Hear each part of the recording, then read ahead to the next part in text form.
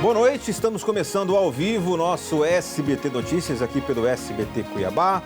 Espero que esteja tudo bem com você, que tenha tido um excelente final de semana. Estamos começando o nosso SBT Notícias, primeira edição do mês de junho, agradecendo a Deus a oportunidade de estarmos aqui e a você, nosso telespectador, que sempre nos acompanha e nos dá o privilégio, o prestígio da sua audiência. Seja bem-vindo. Você pode nos acompanhar através do nosso site, o mtplay.com.br, também pelo nosso canal no YouTube, SBT Cuiabá, e, evidentemente, mandar para cá a sua mensagem através do nosso WhatsApp, que está na tela. No início do SBT Notícias de hoje, eu recebo aqui com muita honra a senadora Rosana Martinelli. Senadora, boa noite, obrigado pela sua presença aqui com a gente.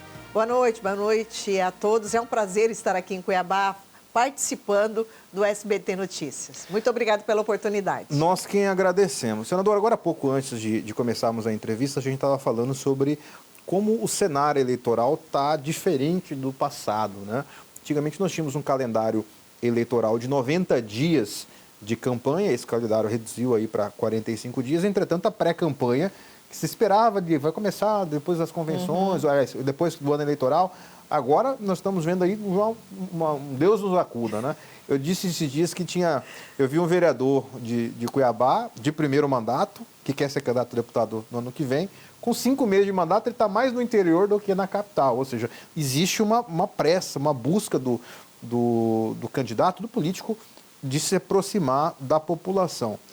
Em linhas gerais, a senhora acha que essa pressa, que essa busca tem a ver com a população querendo, de fato, discutir, ouvir mais propostas, diferente do passado, que vou deixar para decidir no dia da eleição, vou deixar para decidir durante a campanha. Acho que o eleitor está começando a pensar mais em política? Isso é importante, porque com a tecnologia, as redes sociais, né, o eleitor está acompanhando a vida do candidato, monitora os pré-candidatos, os candidatos eleitos em tempo praticamente real, né? Então, a preocupação de todos justamente é passar informação, você tem que trabalhar, estar conectado com o eleitor muito mais rápido e sendo muito mais atuante, porque é cobrado, né? Então, com essa preocupação, a gente percebe que o ritmo está muito acelerado. Está bem mais todo mundo controlando, visitando, igual mesmo você falou, o vereador já está participando, já fazendo a sua pré-campanha, que anteriormente não era assim, né? Agora, as pessoas têm a oportunidade.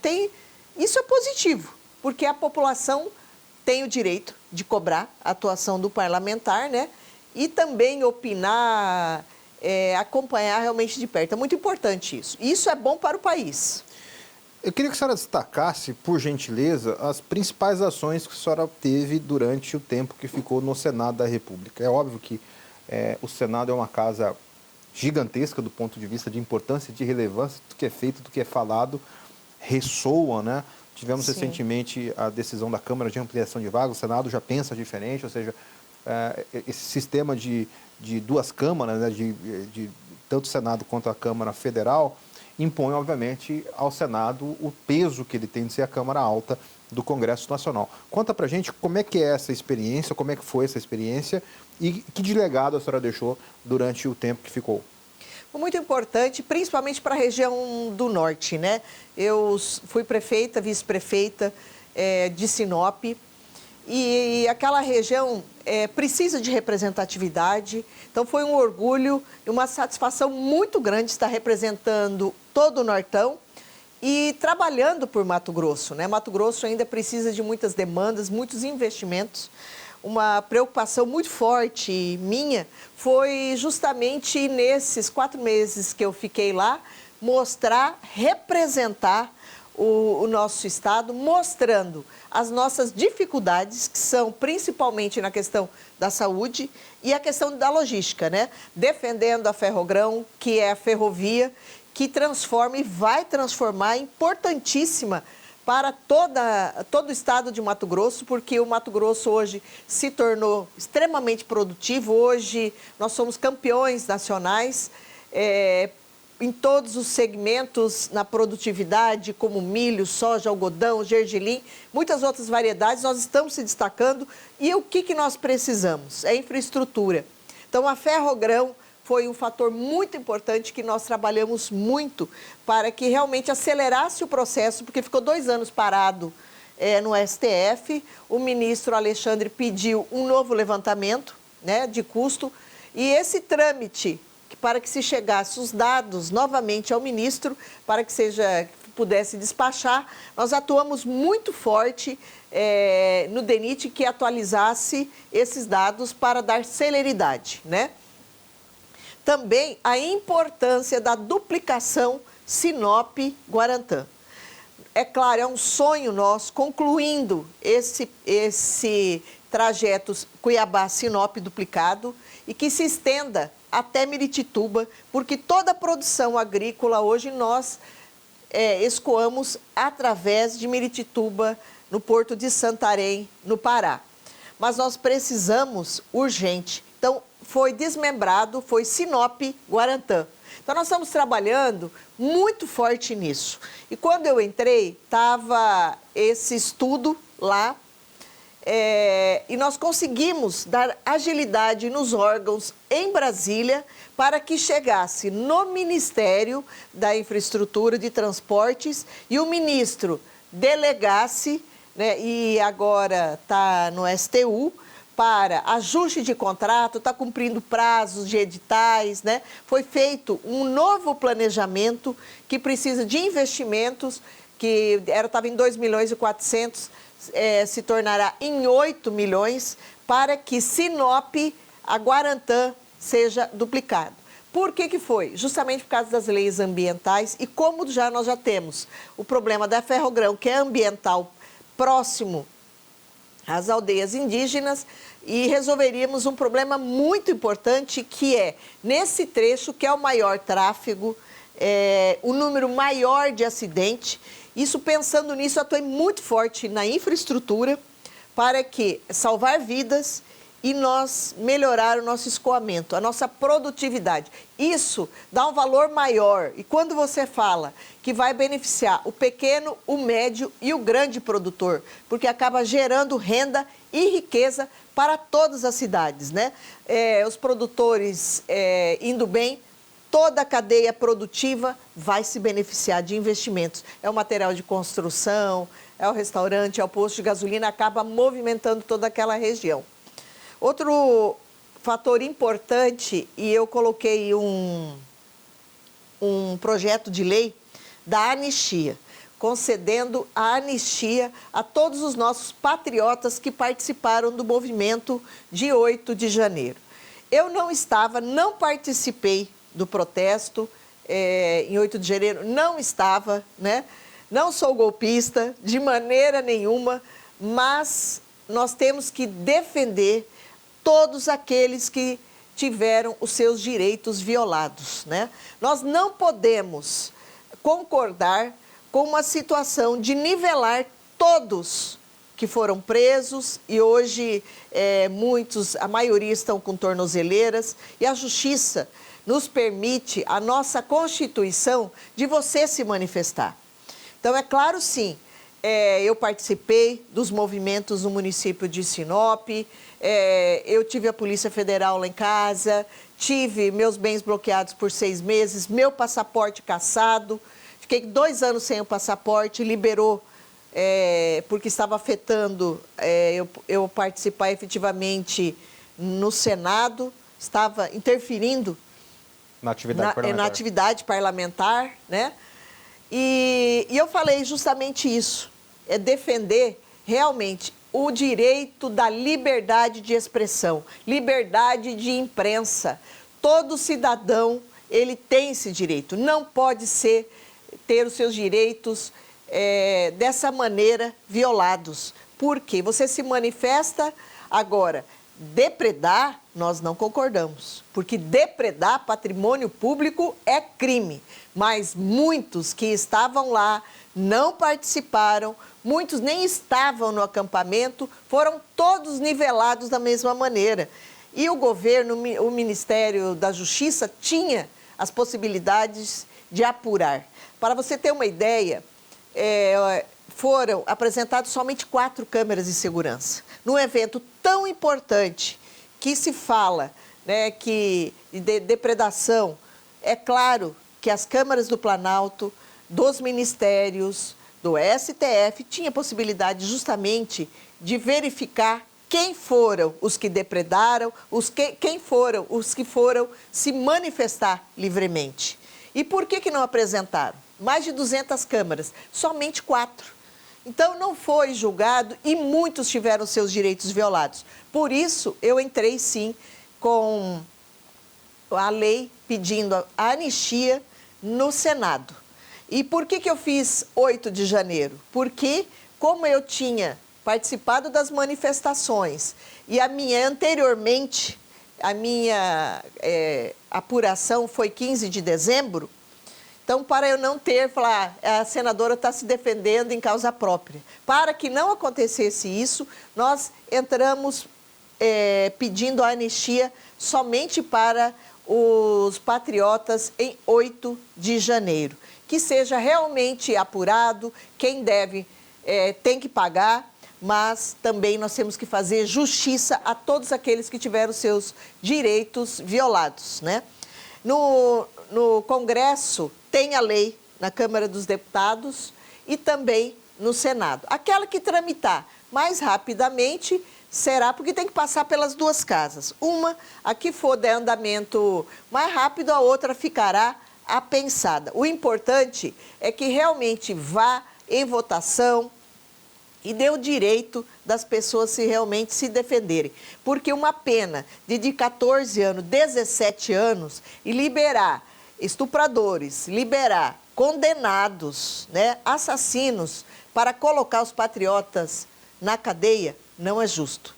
E eu, para deixar bem claro, a gente não concorda, eu não concordo com banalidades, mas também a justiça tem que ser feita. Então, eu trabalhei muito forte nisso, defendendo, e também o voto impresso. O voto impresso é uma lei minha também no Senado, para que realmente tenha transparência. Você não pode ter dúvida. A partir do momento que você tem dúvida do seu voto, nós não podemos, e o TRE tem possibilidade de apurar com clareza, lembrando que a urna, ela vai continuar sendo, é um instrumento a mais da impressão, né? Você tem uma dúvida, se você se sente prejudicado, o candidato pode recorrer para a verificação. O TRE, ele tem recurso, tem tecnologia para ampliar esse rastreio, inclusive com prova viva, né? Que se realmente é a pessoa que está votando, hoje tem condição com a tecnologia de aprimorar as nossas eleições, dando segurança, dando transparência.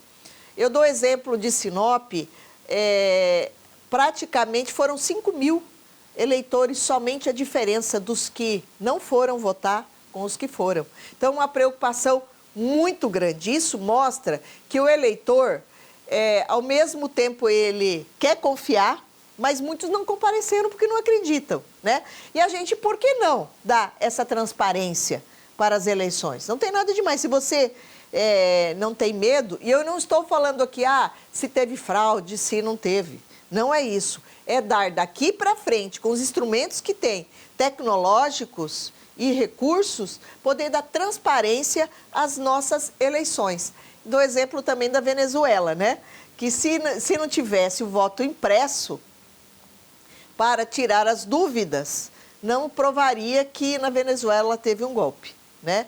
É claro, são eleições diferentes e não vamos entrar no mérito de quem estava com razão aqui. Mas se provou que, tendo um instrumento de verificação posterior, é muito importante para a democracia. Então, eu procurei ser muito atuante, defendendo o projeto Manejo, que dos nossos produtores no setor de base florestal, provando que a madeira e os nossos madeireiros hoje estão agindo dentro da legalidade. Hoje o Mato Grosso tem... Ainda tem muito preconceito, senadora, com relação a esse tema aí em Brasília? Tem. Ainda olham para o Mato Grosso, você fala que é madeireiro, o cara já te coloca uma pecha de que você comete crime ambiental. Ainda tem esse sentimento? Tem. Justamente por isso eu procurei defender, porque ainda tem.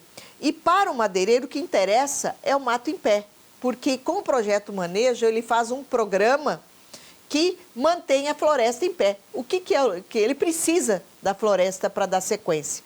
Ao mesmo tempo, também, trabalhamos muito na moratória da soja, né? Para que realmente caia a moratória da soja. Não é possível o Mato Grosso ser penalizado com esse acordo comercial que foi feito com as trading, com os organismos internacionais, principalmente a Europa, de não comprar a soja brasileira, né? Que o nosso Código Florestal permite você plantar nesses 20%, né? Nós temos o maior, mais rigoroso Código Florestal do mundo. E ainda tem esse preconceito de nós, principalmente o Mato Grosso, que vai ser penalizado muito, e está sendo com a moratória da soja, ser penalizado. Então, os organismos internacionais, as ONGs, não podem sobrepor as nossas leis. Se nós temos uma lei que você, comprando uma área, você tem que conservar 80%, você já planta só 20%. E ainda, eles não compram o que nós produzimos nesses 20%, e só a soja. Então, é claro que é um boicote econômico. E Mato Grosso perde muito com isso. Então, muitos produtores, e eu estou falando aqui, gente, defendendo o pequeno, o médio e o grande, que a moratória da soja, ela vale para todos, né? Você não permite esse acordo de vender o soja de quem desmatou após 2008. Eu estou falando que é principalmente da minha região do Nortão, a maioria das nossas áreas, uma grande parte, foram abertas depois de 2008. Legalmente, você faz o projeto, entra na SEMA, pega autorização, né?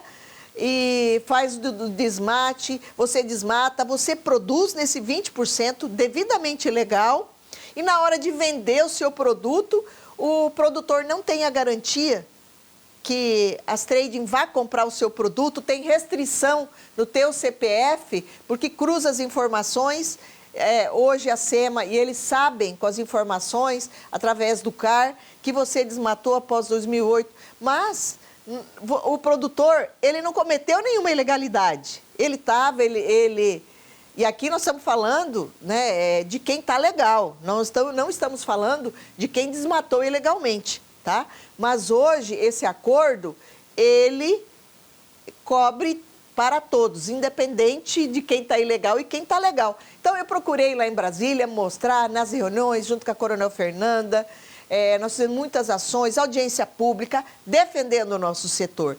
Hoje, Mato Grosso é o maior produtor de milho, de grãos, né? Então, nós temos que defender a nossa região. Você imagina se toda essa parte não vai produzir, o que vai acontecer? Olha a arrecadação, quanto que vai diminuir do estado do Mato Grosso, né? Nós não podemos permitir. Então, eu procurei estar no Senado defendendo o pequeno, médio, grande, né? A indústria, para que venha realmente movimentando, falando do nosso Mato Grosso, né? Das nossas potencialidades, do quanto nós podemos ainda industrializar. Porque você tem que dar oportunidade para o cidadão ter o serviço e melhorar de vida. E eu acredito sim, porque eu já fui prefeita, e eu acredito na oportunidade. Ninguém gosta de viver no assistencialismo. Você trabalhando dignamente, você ganhando o teu sustento, qualificando o ser humano, o funcionário, para que ele progrida na vida. É isso que nós temos que fazer, né? Dar conhecimento, melhorar a nossa educação. Então, eu procurei no Senado trabalhar muito forte, porque eu já fui madeireira, sou pecuarista, sou produtora rural, eu fui secretária de Indústria e Comércio, fui vice-prefeita, fui prefeita, e eu falei, gente, eu falo de conhecimento. Defender Mato Grosso, defender a nossa região, mostrando, nós temos dificuldade sim, nós temos que ampliar, né? Nós temos que levar a indústria, modernizar o nosso parque com tecnologia, mas principalmente mostrando para os senadores, porque você fica em evidência no Brasil todo, mostrar as nossas potencialidades, o quanto nós somos importantes para o Brasil e para o mundo, porque os olhos estão voltados para o Mato Grosso. E nós tendo a infraestrutura, né, com segurança, dando o transporte digno para todos os nossos motoristas, vai beneficiando o pequeno, as pessoas do comércio, também trabalhando muito forte com a indústria. Então, eu procurei ser muito atuante, tá, efetiva, e procurando usar a tribuna para falar, para mostrar para o Brasil as nossas potencialidades. Senadora, a senhora teve experiência agora no Senado, Poder Legislativo, e como também a senhora mencionou, e todo mundo sabe, foi prefeita de Sinop, experiência no Executivo. Sim. Qual que é o seu caminho futuro agora? É voltar para o Executivo? É permanecer no Legislativo? Ano que vem tem eleição? A senhora é filiada ao PL, partido grande aqui em Mato Grosso, com prefeituras as mais diversas, Sinop, Primavera, Rondonópolis, Cuiabá, Várzea Grande, ou seja, as maiores cidades do estado são governadas pelo PL. O PL representa a grande força Sim. da direita no Brasil, né? Existe aí a expectativa com relação à candidatura majoritária do ex-presidente Bolsonaro, que hoje pela justiça está inelegível, às vésperas de ser julgado. Qual que é o seu projeto? O que a senhora pensa para o seu futuro? Olha, eu estou no partido do PL há mais de 12 anos. Nós estamos construindo uma pré-candidatura a deputada federal, né? Com essa experiência, eu gostaria de estar representando, né, trabalhando, né, para o estado de Mato Grosso. E também eu fiz outros projetos defendendo as mulheres, né? Como o Botão do Pânico, que funciona no estado de Mato Grosso, para todo o Brasil, dando maior segurança para as nossas mulheres, a justiça gratuita para todas aquelas que denunciam a do Maria da Penha, que possam continuar o processo, porque muitas não têm recurso, porque está se defendendo do marido, que é o que tem a possibilidade das finanças, é o que sustenta, né? Então, essa justiça gratuita para essas mulheres, dando essa segurança também para as mulheres.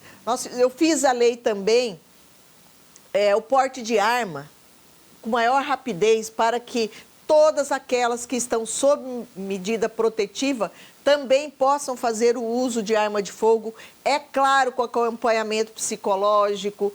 Ela vai ter prioridade, mas as exigências permanecerão, tem que ter o curso, né? Mas hoje, se ela tiver a medida protetiva, ela agilizado muito mais rápido, dando essa possibilidade para aquelas que queiram, né? Então, nesse segmento, a gente também procurou, eu como mulher, eu como mãe, eu sei das dificuldades das mulheres que precisam ser protegidas.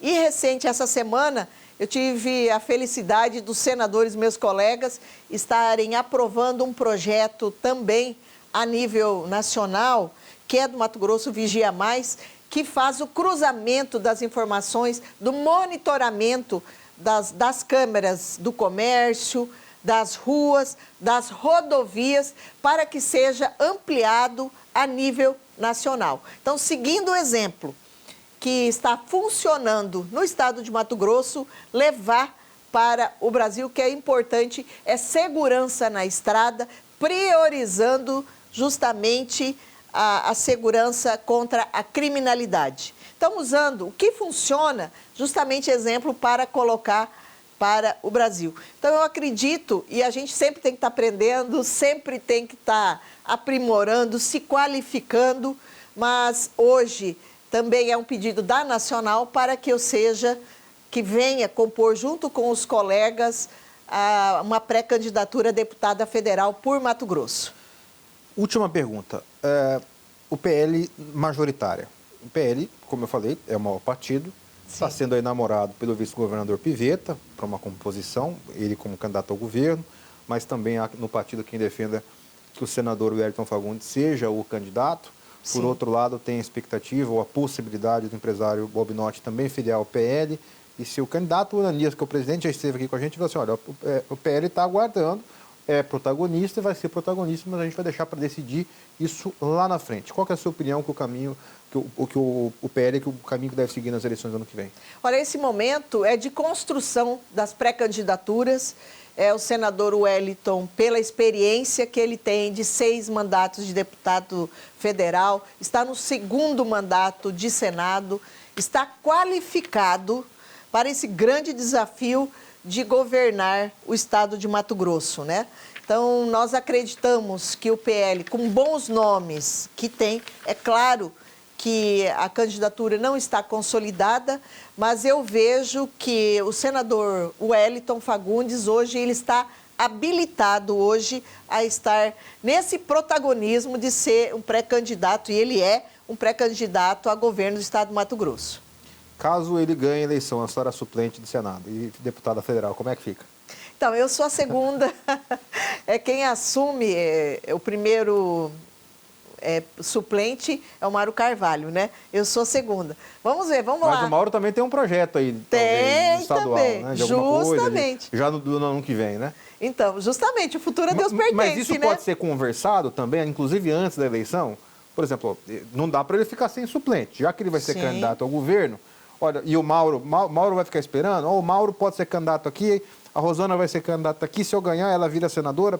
Essa conversa pode acontecer em algum momento? Pode. O senador Wellington foi muito feliz quando ele nos convidou para ir para a pré-campanha e ele prometeu ao povo matogrossense Só lembrando, me permita que está no meio do mandato agora, né? Justamente. Ainda tem mais 4 anos. A senhora continua suplente por mais 4 anos. Até 2031 eu sou senadora suplente. Por quê? A partir do momento que você assume o Senado, você é uma senadora, você é um senador, você fica na suplência. Até que você não tenha essa oportunidade de assumir, você fica suplente de Senado. A partir do momento que você presta o juramento, você é um senador suplente, você está apto a assumir a qualquer momento que o titular deseja, né? Ele foi muito feliz falando e declarando para a população e mostrou e deu-nos a oportunidade que Mato Grosso teria 3 senadores, né? E isso de fato aconteceu, que o senador Wellington Fagundes deu a oportunidade para o Mauro Carvalho, me deu a oportunidade de eu estar assumindo, que eu sou tremendamente orgulhosa por estar assumindo uma senadora mulher do Nortão, né? Para mim foi muito importante, eu tenho certeza que foi importante para o Mato Grosso também. Então, o senador Wellington foi muito feliz nas escolhas e nas suas atitudes. Muito obrigado, senadora. Obrigado pela sua presença aqui no nosso programa. Sucesso na sua jornada e sempre que tiver novidade, por gentileza, esteja convidada. Pode ter certeza, a população de Mato Grosso, vamos continuar. Nós não estamos lá na cadeira, mas os projetos que nós colocamos também para defender continuam tramitando, como esse, o Botando Pânico, esse da segurança, né, do porte de armas, a justiça gratuita para as mulheres sob medida protetiva e todas as defesas que eu fiz, tanto também o projeto da anistia para os patriotas, o projeto principalmente do voto impresso, continua tramitando e nós continuamos trabalhando, defendendo a população, independente de estar diretamente lá ou não. E eu agradeço novamente a oportunidade, deixar um grande abraço a toda a população de Cuiabá, Várzea Grande, as cidades vizinhas, que essa TV tem uma abrangência muito grande. Quero te parabenizar pelo programa. Obrigado. De audiência, pela sua condução, pela liderança do Cláudio, do seu Roberto Dorner, que é hoje o prefeito do município de Sinop, que foi meu sucessor. E estou muito feliz de estar aqui. A minha gratidão. Deixo aqui um grande abraço a todos vocês e que Deus continue nos iluminando para que a gente possa trabalhar nos dando saúde, força e coragem. Obrigado. Muito obrigada. Nós que agradecemos. Obrigado, senadora.